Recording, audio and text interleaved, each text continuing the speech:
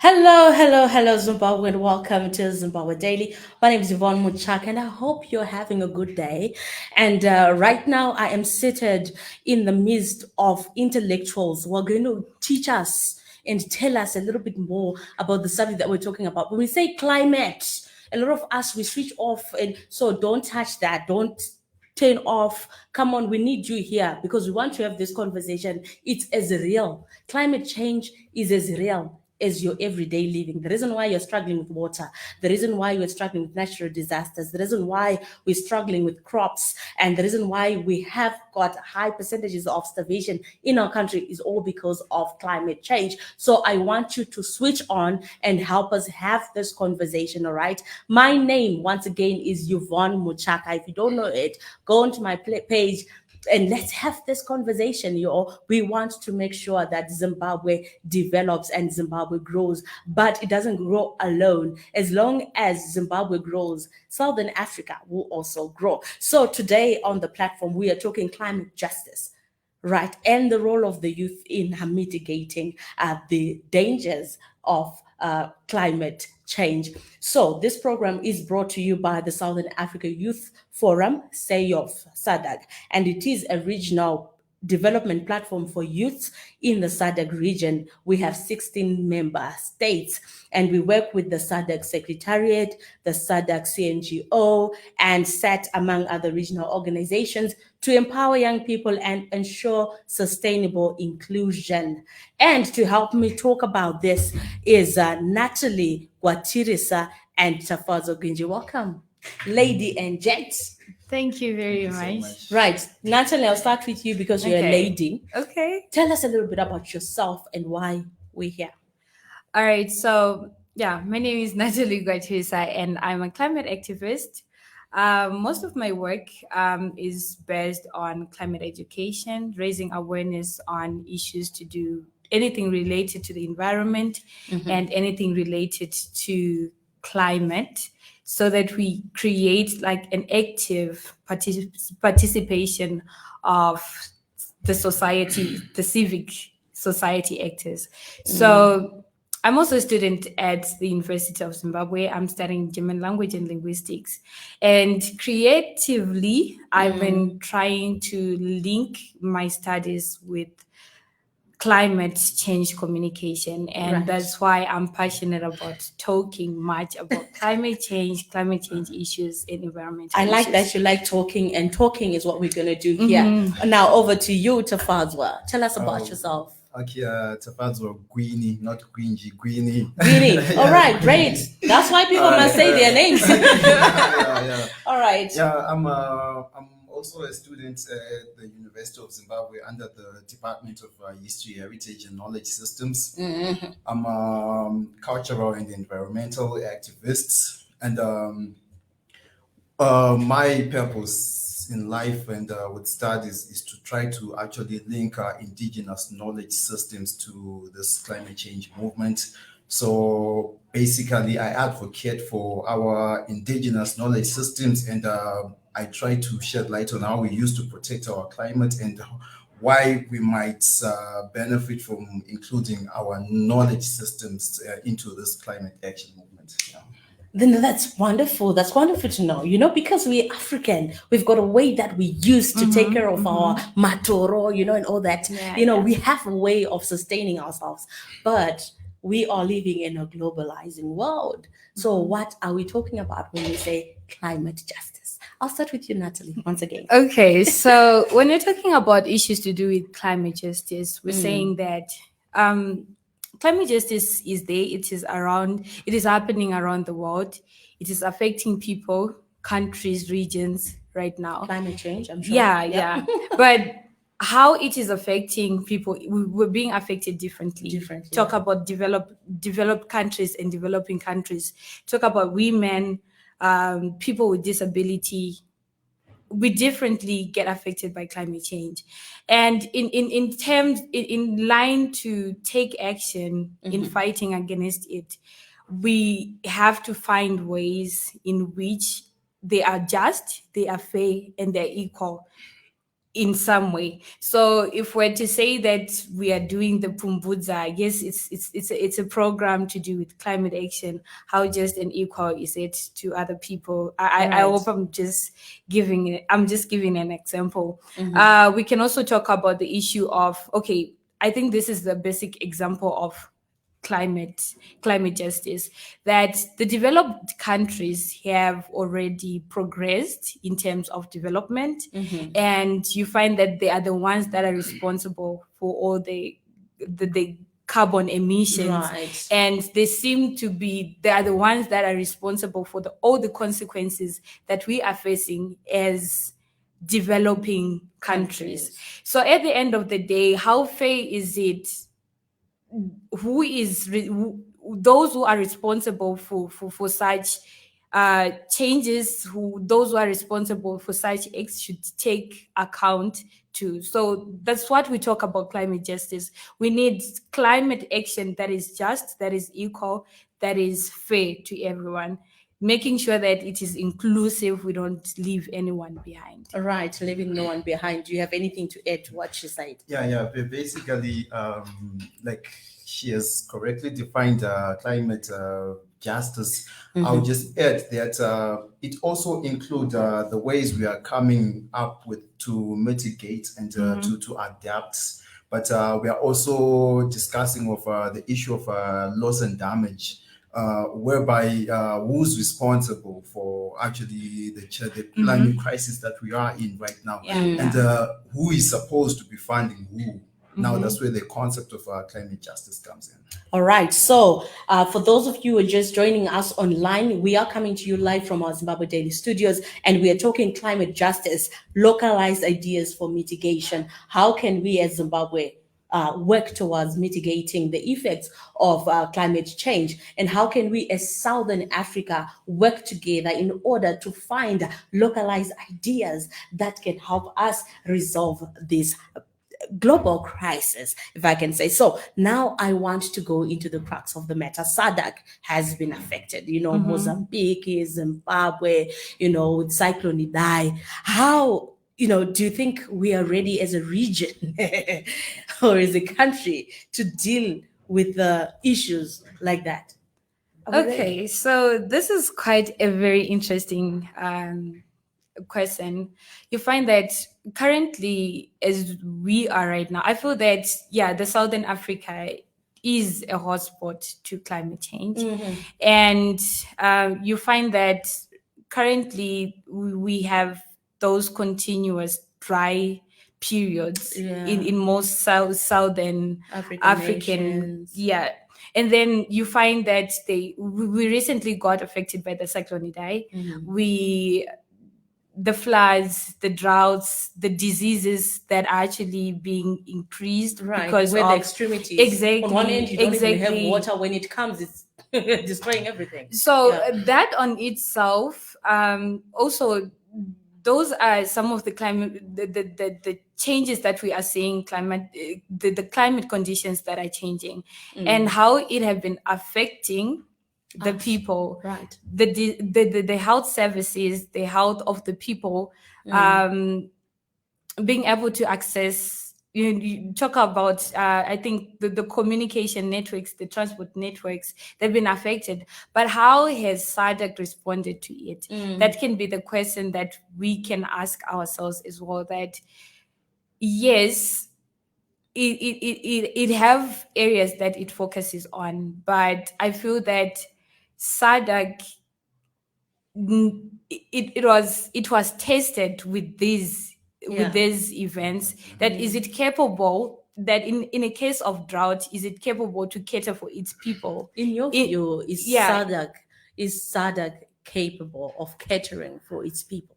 I don't think so. You don't think so? Because I want to understand that we're coming from we are all developing countries. Right. Yes. So looking at our economies, right, we don't really have those long-term plans in terms of maybe disaster risk management. Right. Do we have funding specifically focusing on issues to do with floods? In case floods are going to happen, do we have funds specifically targeting that area. So even up until now, areas that have been affected by droughts, what kind of response have we been getting? Most of them is humanitarian aid, but we cannot continue to rely on them as It's not a long-term solution. it's not enough. That's not enough. So in Southern Africa, I think we need to come up with solutions on how best can we support the southern region I'm going to come to you on that Okay. particular question so that we're able to move on. Now, when you look at us and what she was talking about, why do you think that what she was talking about, issues to do with mitigation, dealing with our response to natural disasters, why is it important? Why is it even important? Why should we have mechanisms that she's talking about? Oh, definitely. Our ability to be competitive at a global level depends on our ability to rely on ourselves. I like that. Yeah. Please take it again. I think Zimbabweans. Okay. For us as Africans to be competitive at a global level, it all depends on our ability to rely on ourselves. You see. So, I'll perhaps start by saying that we are not ready as a region. I'll take an example of Cyclone Idai. Yeah. The only money we had was 50 million RTGS when it happened. If we try to calculate it, we are talking of 150,000. If it's not about talking about the humanitarian aid that we later got, but which I think the aftermath, even up until now, I think the people are still Really? they actually still need psychosocial they still support, need help. They need proper infrastructure, the shelter. Thank you for actually including that, because there was a disaster that happened. I think that was 2013 in Japan. They were hit by an earthquake. You know, one of their major bridges was destroyed, and they built it back in 2 days. But Which yeah, is we are almost 4 years. We are failing Yeah. to solve the issue of Cyclone Idai in Chimani there. And It's like we're waiting for another cyclone exactly, to come and, through and, there. and we are not even getting grants. We are getting loans from the developed country, on top of the debts that we have already. So we are definitely not ready. And when we talk of the issue of mitigation, yes, mitigation is important, but right now to us, what is more important is adaptation than mitigation. And this is what we are expecting that COP27 will be talking about, because they cannot force us into mitigation, because mitigation is business to the financiers. I like that. Yet what we need more is adaptation, you see. All right. Yeah. Right. Okay, Sure. so just to add in with what you said, in terms of climate finance itself, I feel that even the facilities that we use in terms of funding issues to do with climate related issues, most of the funding that we get, it's humanitarian aid. It's either a cyclone happens, that's when you get the money. Yeah. And so we as the SADC, we need mechanisms on how best can we have a sustainable way of Dealing with. dealing with issues to do with climate events. And you also find that yes, we can have humanitarian aids, and then there are other pathways that we can get climate finance. But still, how do we have the capacity? Do we have the facilities? Do we have what the donors need for us to get those funds? And we also have to consider the issue of getting climate finance in loans, which can be another burden, especially to African countries, I like that. the southern the southern region. It's more like we are It feels aiding. like they created a disaster that they benefit from, Yes. whilst we have to reel under the consequences Exactly. of that. And that's one thing that I'm sure as we go to COP27, like you have said, we should be advocating for, to say we cannot pay for your consequences Yes. of your own actions. Yes. Yeah, you can't like you can't force us to eat what you've made. Yeah. You know. But when you say that they created a disaster which they are now benefiting from, Yeah. I think you'll be trying to make them as genius, like being able to foresee these things. they created this disaster, but then they did not foresee, and they did not know that it was going to be like this. But now, because of their financial stamina, we are living in an asymmetrical global relationships. So Right. they are able to benefit from the disaster From the because loans. because of their financial stamina, rather The than like it was insurances, something yeah. maybe they had planned. Or it's not like that. I'm Okay. clear on All right. No, what I'm no, I hear you. What I'm just Yeah. saying is that, they did something in the way unintended, let me just call them unintended Yeah, consequences. exactly. And these unintended consequences mean someone has got to pay. Mhm. Who should pay? Is it the Exactly. one who's been affected by your action, or the one who took an action that ended up affecting It's this the one? developed countries that have to take Right. action. So I want to know what practical steps that Africa, SADC, can actually take in getting us to a point where we are able to take care of ourselves. Okay. Oh, well, I'll start by arguing that there's really need for more inclusion, especially young people. We are saying that over 60% of our population are young people. But if you go into the streets and try to talk about So when you say inclusion of young people, how? okay, like for instance, what she's doing with their organization, they're going to Okay. the streets, to talking to young people about plastics. She just told me outside there, Okay. and it's actually a very good thing. I personally thought that we could. How about if we make plastic valuable? To say like recycling plastic is now valuable, and put high tariffs when it comes to importing plastics, Right. and then introduction of hemp, guys. Hemp Introduction of hemp. Yes, Uh-huh. hemp. What with that?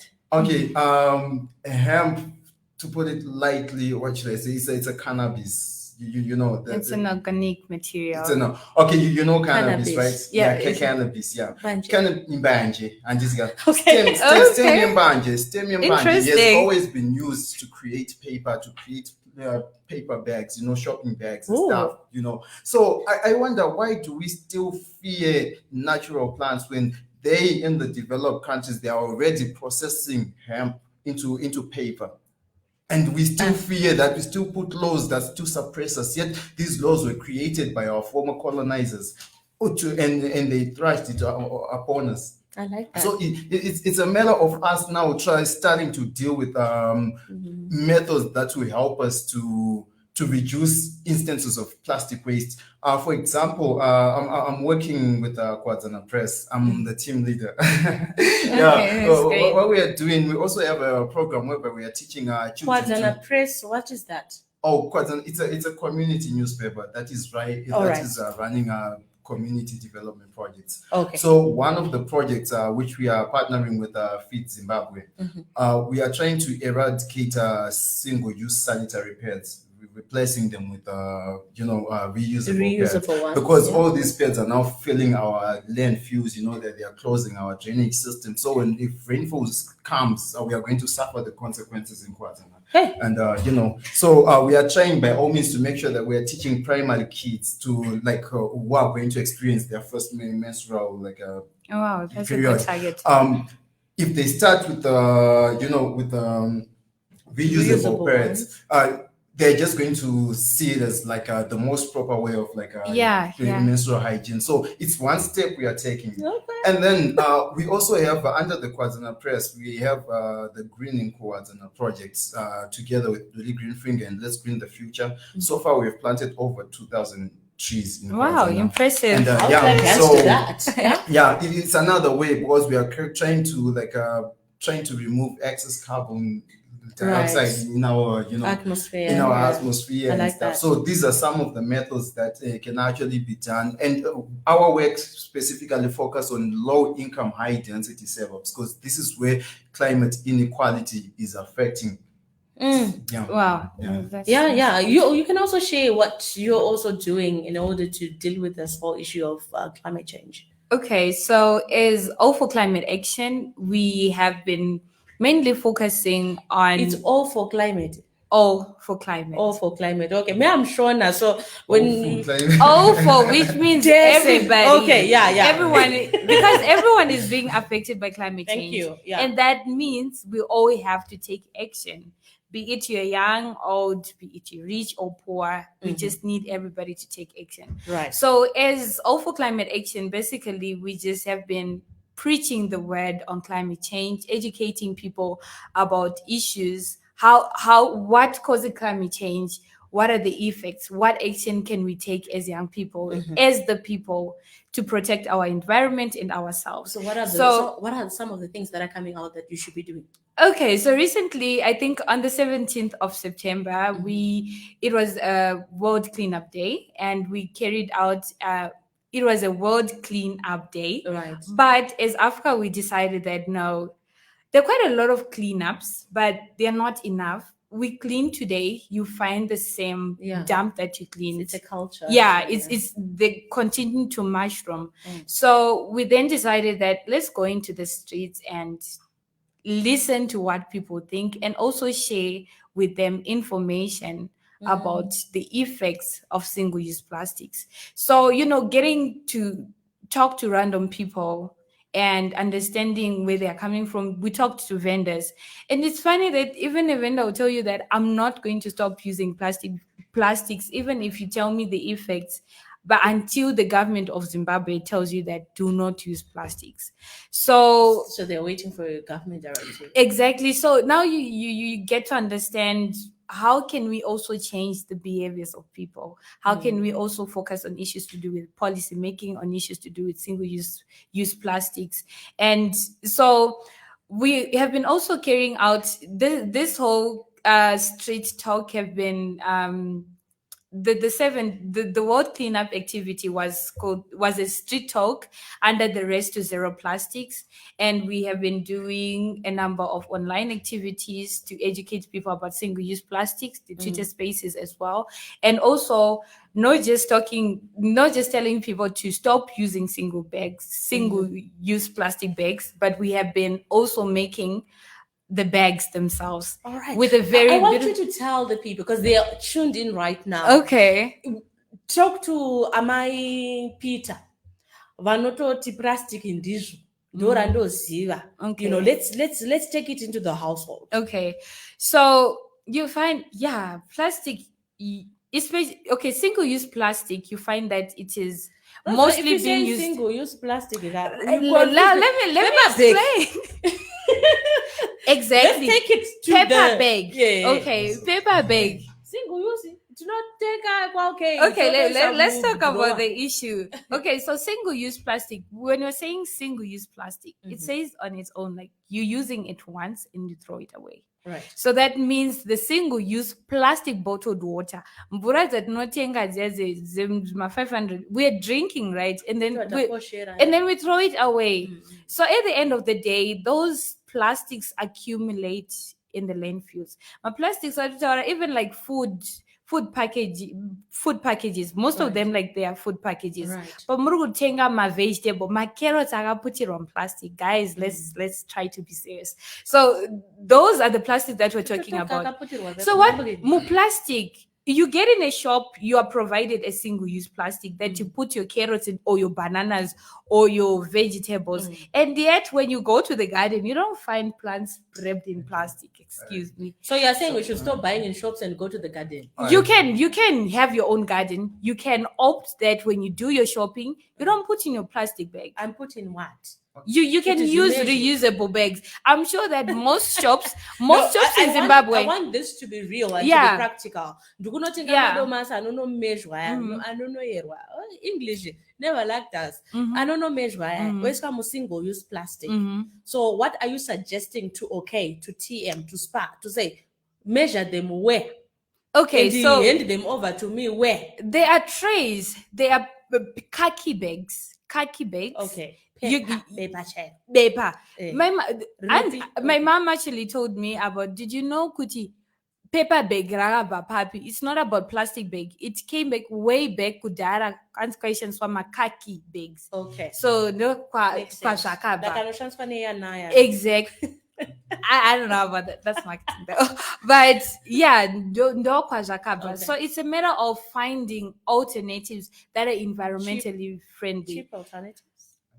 Yeah. Yeah, like for Yeah. instance, like what I'm saying is that hemp takes something like maybe 3 months, and you can actually It make sounds like he's so much experienced. paper, you know. But let No, me talk he's to a cultural heritage Okay. let me environment talk to my activist. Peter. Okay, I want you to understand this, my Peter. Mhm. Plastics pamunoatenga handika pamunozoarasa plastic inotora 700 years kuti ridecompose. Saka panotora 700 years rinoreleasa matoxins achienda pawater table yenyu, handiri nematimi maplastic munawo mabhini haana kuya kuzoraswa mamanodhamba.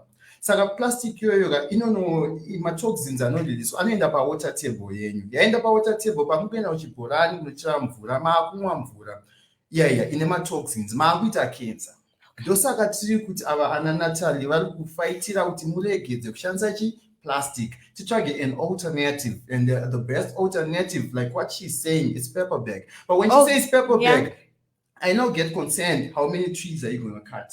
You see, because a tree will take 10 years to grow. So how many trees are you going to cut? That's why I keep advocating for hemp, because hemp is going to take 3 months and it's going to produce. Okay, and this is equally interesting. same paper. It's actually Okay, nice so- that you say that. Saka tarimba mbanje dzedzo kuti titore mbanje dzinosoputwa dzidzatize Good, kuti yes. crisis here. No. Unintended It's like effect of drug abuse. chinoitika nembanje mbanje inodependa nema-levels of THC, tetrahydrocannabinoid. And Okay. that's Okay. aitodhake mbanje inogadzira hemp handisika zvinosiyana because kune sativa kune different Okay, types he knows. of marijuana. Okay, thank you. I think that's clear. That's really clear. Continue educating us All right. on different bunches. So basically, I hope the government, like what I was saying, that because like what Natalie has said, it's hard to tell the person with my ice cream with the siyama plastics and here, but sometimes we have to incentivize the plastic here. Right. Make plastic gold and stop producing plastic, and make sure to the little plastic that we have to recycle it and put higher tariffs. Anyone who wants to bring plastic from SA should be tariffed very high. They want bring it here, you see, so that we recycle the little plastic we have. Next time when someone finds a plastic bottle, they'll take it because they know it's money. They'll take it back where it's recycled. Now we have incentivized and we have lessened, the amount of plastic in Zimbabwe. Okay, I I just see you want. are glowing. Please I go am. on. He also talked about the issue of deforestation. He's worried about the trees. I would also want to say that some of the khaki bags are actually made out of recycled paper, so which is good. Okay. So on some of the bags, they are printed that recycled paper. Okay. So which can be a very good. And So I if also it's recycled, can it be recycled again? well, I think we need to have a technical person just to take us through issues to do with so I hope Sayof will bring us again this program with some experts in that area. I want us to wrap up this conversation so that we Okay. don't drag it on. What are your expectations for COP27? Because we are looking at that. Okay, COP27. So there are quite a lot of conversations that have been going on lately, especially on issues to do with climate finance. So for me, I standing on behalf of African countries. It's actually an advantage to us that COP27 is happening in Egypt, in our own continent. Yes. So credit to us.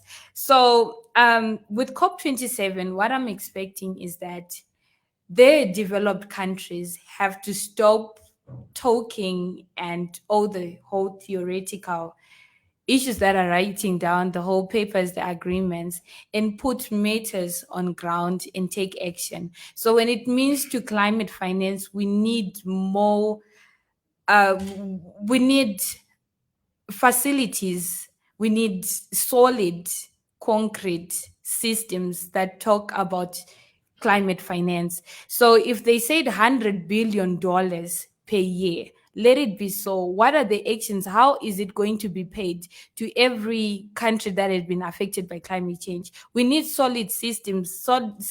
We need solutions that are clear and concrete. So All I'm just saying is the hashtag stop the blah blah that have been actually trending on Twitter currently. Thank you. Stop the blah blah and start the doing. Yeah, yeah. Okay. Yeah, basically, I just hope we have people who are actually following this conversation who can actually send our message right there at COP27. It's now evident that this asymmetrical nature of global power does not work. So, if Africans are suffering because of the problems that you have caused, you see, the whole world is going to suffer because you are going to suffer from migration crisis. You're going to suffer from so many things as well. So, my advice: the moment you keep promising that you're going to give us 100 billion, and the 10 years later you have not given us that money, we are going to face even more problems. So with COP27, it's our wish that you fulfill like your promises. I hear just 2 months ago, or just in August, Germany had said they're now stopping the production of like coal power, and then they just made a U-turn. All of a sudden, they're back to coal. But yet, you guys, you promised yourselves. You see, the global problems are going to affect anyone, whether you are rich, whether you're poor. In our African philosophy, we call it Ubuntu. When it comes to like the Chinese, the Buddhists, Confucius, they call it the yin and the yang, So what affects us will definitely catch up with you. So you have to fulfill your promises. Okay, that's straight up. All right. So, wow, what a conversation we're having. And I hope it was interesting enough for you to be able to follow through and also understand what we are talking about when we talk climate justice. Kwanzi COP27 Climate Change Summit should make sure that they stop blah blah blah and start doing because at the end of the day, if they promise $100 billion every year to those that are affected by climate change, and 100 billion doesn't come, it means there's no movement, and without movement it means we are where we've been when we started COP, which is 27 times back. So Okay. we don't want to get to COP28 and we're still talking about climate financing. Kwanzi, either way, we will all suffer. So whether you are developed and you are comfortable, you're still going to suffer the consequences, because we'll be knocking at your doorstep. We are going to be moving to your side, which is comfortable. So climate change affects all of us, whether we are rich or we are poor. When we are poor, we don't want to remain where we are, but we're saying, what are the sustainable ways to make sure that the next generation will enjoy this land without these consequences hogging on their back? I think this has been a very fruitful conversation. So a very good thank you to the Southern Africa Youth Forum for bringing us this conversation right here on Frank Talk with me, Yvonne. It has been a pleasure having you. And you guys, thank you so much for being very, very passionate about these issues. Thank you very much for having us. Thank you. And it's bye-bye for me.